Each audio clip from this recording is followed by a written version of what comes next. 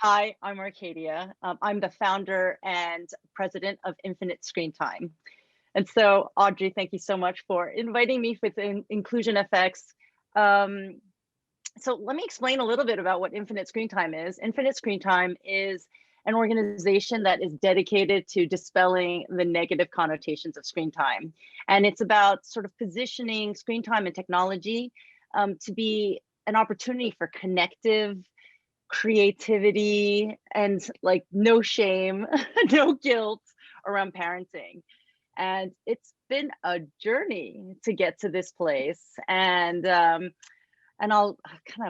sort of share a little bit about that. You know, infinite screen time is the kind of accumulation, it's accumulation of two very disparate parts of my life. Number one, as a game maker and as ex-chief operating officer of Electronic Arts Studio, where I had the honor of working with you, Audrey. And so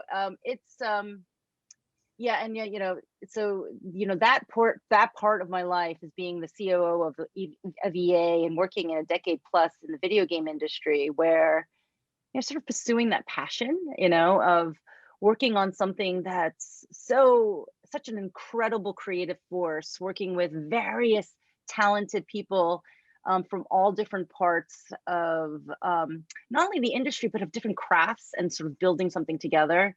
I guess, yeah, had the opportunity to work on such amazing, great games like The Sims, Lord of the Rings, Command and Conquer, Medal of Honor.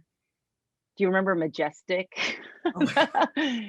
Yeah, I don't know if you know this, but I actually started my kind of tenure at EA working at EA.com, and one of the first projects that I worked on was the acquisition of Pogo, which is sort of casual games. Yeah, and so and what an incredible ride that was. You know, it was cowboys and Indians, you know, for the video game industry. There's just so much kind of creative force, but there was really no management rules on what you could do. And coming right out of graduate school and working in the industry and building that business, right?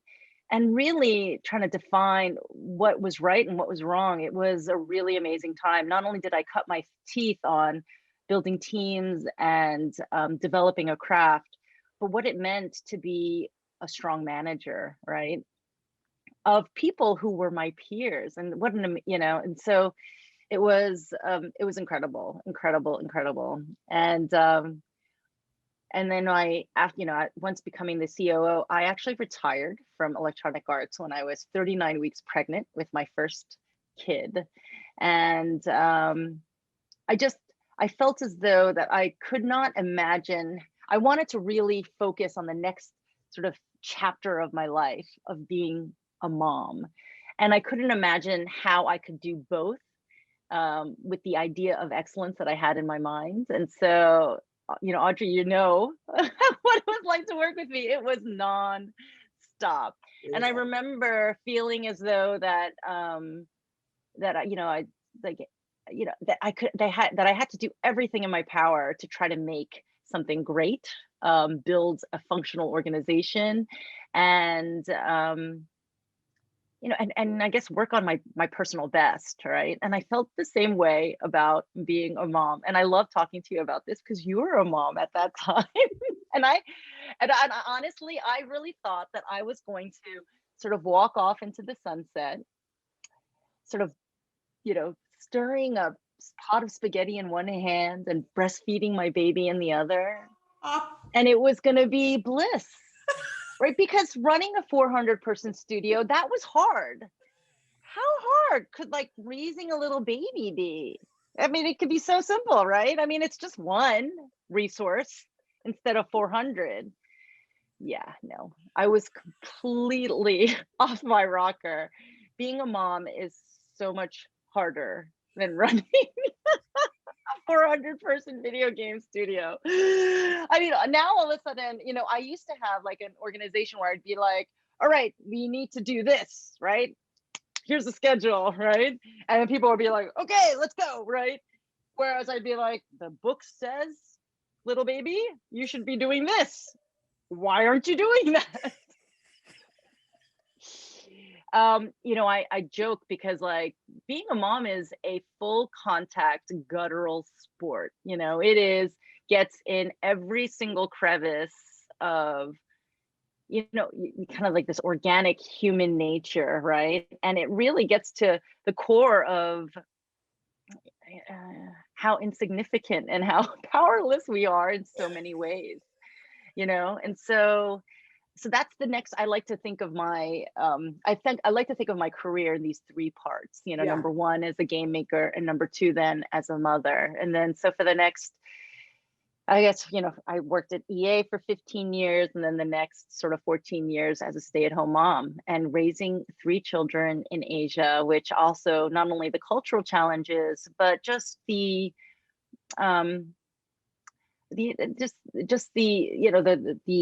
the basis of the foundation of what I was used to, growing up in the US, and then raising my children in my motherland of Korea, and now here in Hong Kong.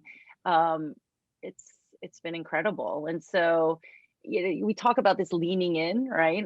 Leaning into being a mother was really about unraveling so much about my identity, not only as a career woman, a theater a theater film major from Wellesley College, who then goes on to Harvard Business School and then becomes, probably, one of the youngest COOs right in the industry. Then now to become a mom and really leaning into that really meant uncovering all of that aspect of who I was and what I had achieved, to then really serve in this really strange way for my family. And so and then what happened during that time is when my second was born is when I think the iPad had first come out. And I struggled hard with how technology was it was almost like, all of a sudden when the iPad came out and technology came out, and we always had video games, and I love to play. I'm a gamer first, I'm a gamer first from the youngest, from the moment I can remember, and that's what brought me to the video game industry. I remember how sophisticated the technology was becoming, and myself struggling as a mom to figure out how to bring this kind of family member into the family and try to create some balance. And I had this moment, where I felt like I had to make amends for being a video game maker. And realizing that maybe was I a drug dealer before, seeing my kids and how they were so just automatically drawn. And that's the other challenge, is that once you have been a game maker, how these games are designed so brilliantly to sort of suck you in. And then when you're trying to parent through this age, how that can make you guilty, And so for me, my kids they had a nickname for me when it came to my sort of screen time rules, and it was Darth Mom. Because I was super, super strict with them, because I have this idea, there's this like part Dorothy, part tigery mom aspect. I want them to achieve, I want them to do, sort of become the best versions of themselves. And I struggled hard, and I came to this I'll share this story with you. There's a moment when my son was maybe 10 or 11. We were on vacation, and I was all over him about like how much screen time he was having, and he had enough, and he threw an iPad at my head.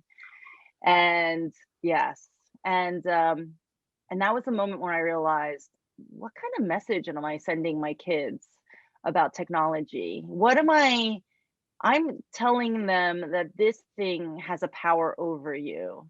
And and again, like I was sharing, this motherhood journey is really about sort of picking apart your identity, putting it on the ground, and then sort of reassembling it in this new way.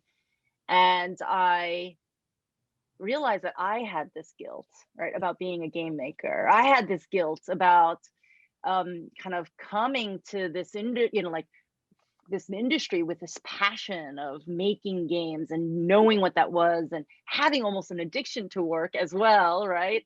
and then trying to translate that into like building good human beings. Do you know what I mean? And I was sending him this message like, this needs to be feared. This is something that's going to control you. This is something that you need to control. And I realized that there was many parents around me who also felt this shame, guilt, and strife around technology, when in actuality, 150% of our kids are going to have something to do with technology when they go, get older. And if they are fortunate and lucky, they find something that they're passionate about, right? That they feel this zen, this feeling like when I was working at EA, like I couldn't stop working because I loved to work, right? Yeah. And if you have that gift of being able to be in that space where you can do the thing that you love, that's such a gift for our kids, right? And my kids were naturally drawn to this technology, right? Maybe it's genetic, I don't know, right? But I felt like I was not properly preparing them. In fact, I was kind of treating it like drugs and alcohol. And so that's how I came up with this idea of infinite screen time, about like injecting a different story in families around technology, rather than all of the studies that, all these kind of psychological studies with no clear long-term evidence, because it hasn't been around long enough, right?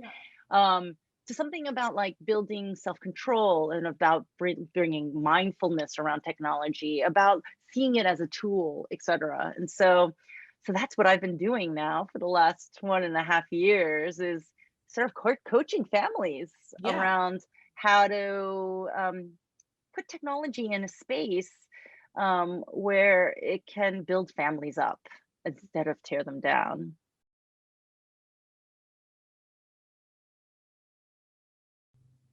Well, if I were to look back at my journey, right, the hero's journey, and trying to sort of tease out what themes there might have been, I think the thing that has always driven me is exploring a question with a passion.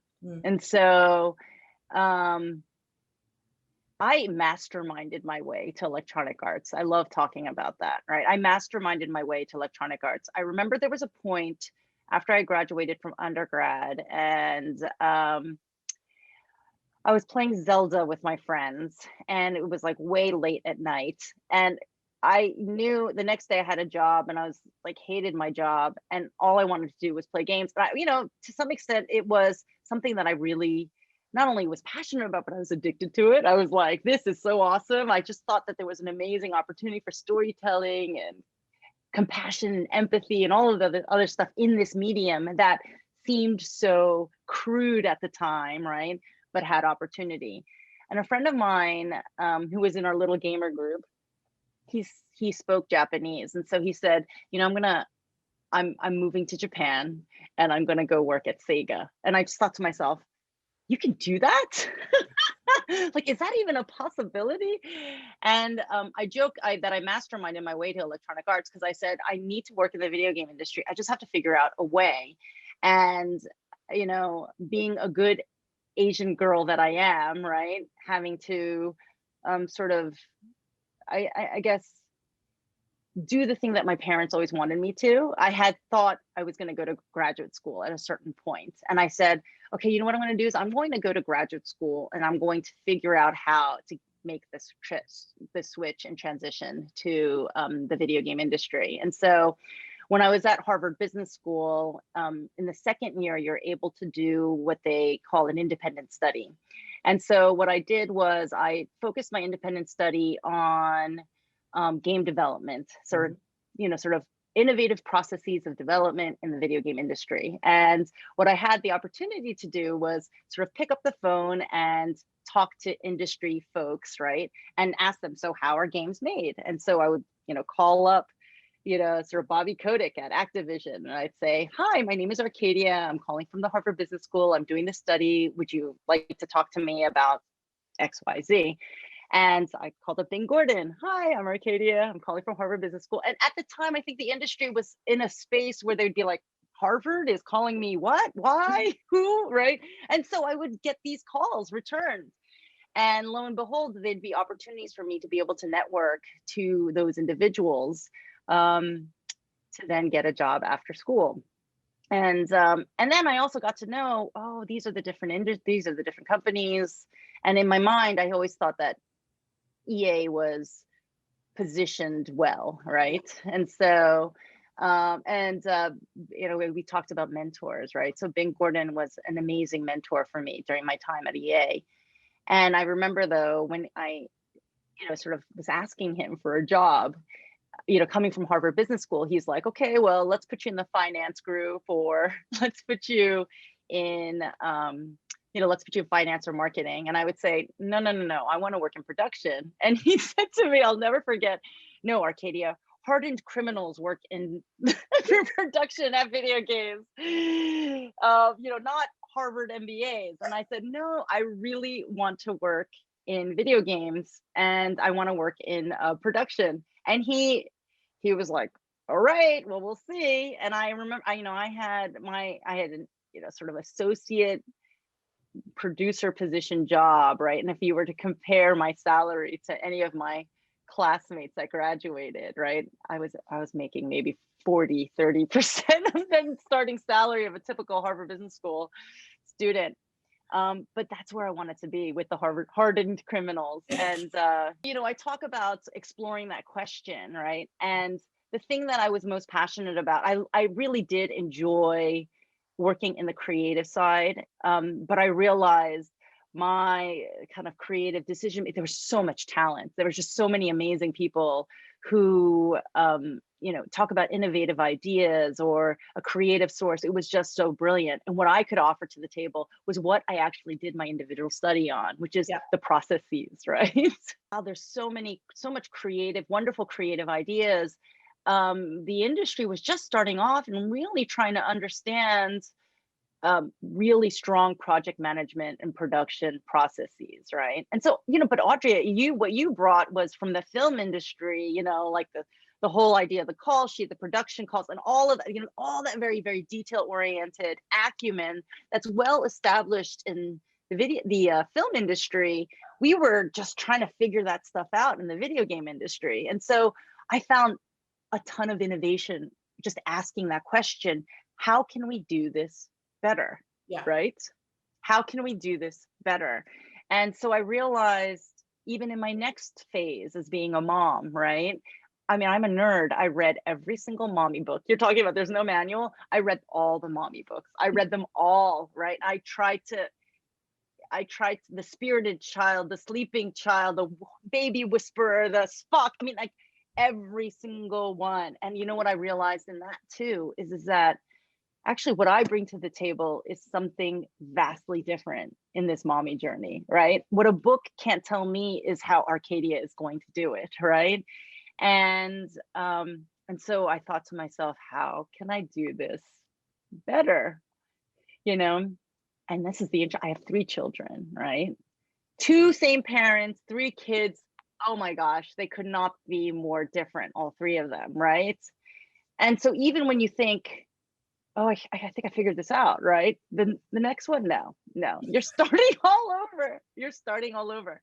And so I think that also is what now has inspired me for that third part, right? Which is the sort of infinite screen time. Is also, there's a little bit of a maturity that kind of comes with age, right? And just like, I don't want to say it's wisdom, but there's this idea of like, there are some things I know I can control, and there's other things that, you just kind of let the gods be, right? And so